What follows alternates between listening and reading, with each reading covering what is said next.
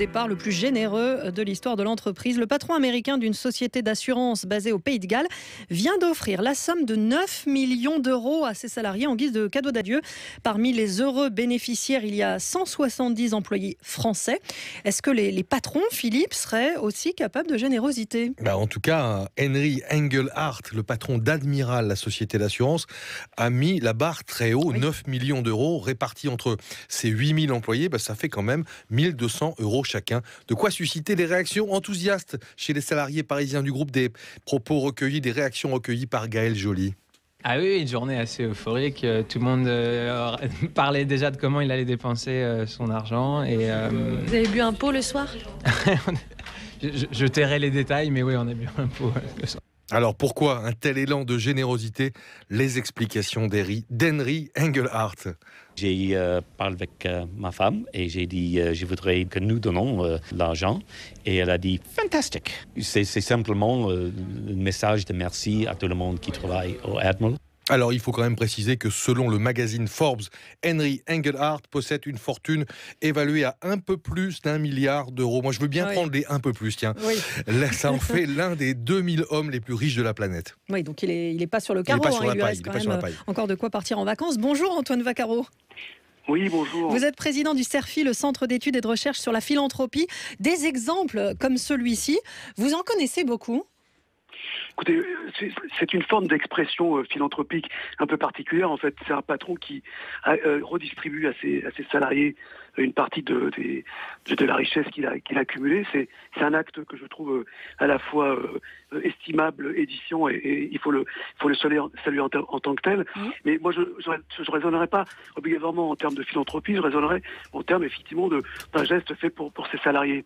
Maintenant, des patrons français ont fait aussi des gestes pour leurs collaborateurs. Certains parlent à ce moment-là de paternalisme, mais évidemment que dans l'histoire assez récente de l'activité en entreprise, il y a des cas peut-être pas aussi importants de gestes faits par des patrons vers leurs salariés. À côté de ça, vous avez des exemples de patrons qui font des enrichissements tout à fait considérables et des parachutes dorés sans se préoccuper du sort de leurs salariés.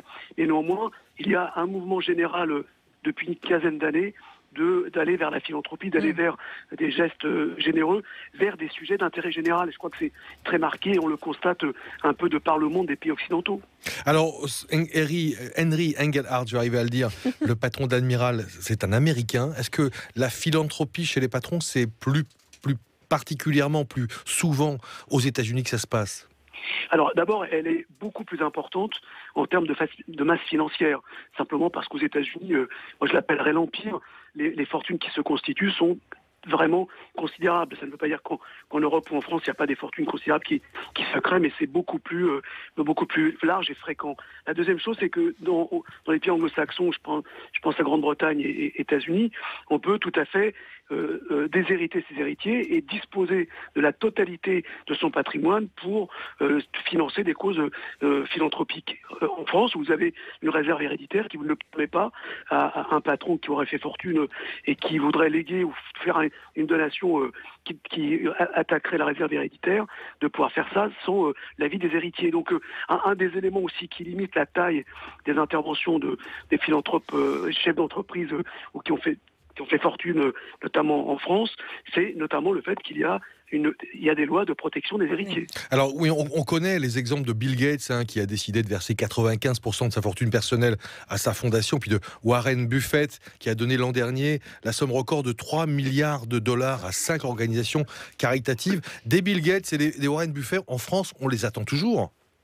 Alors, vous avez des grands patrons qui ont créé des dispositifs philanthropiques importants. Les laboratoires Pierre Fabre, par exemple, Pierre Fabre a légué la totalité des titres de son laboratoire à une fondation qui porte aujourd'hui son nom.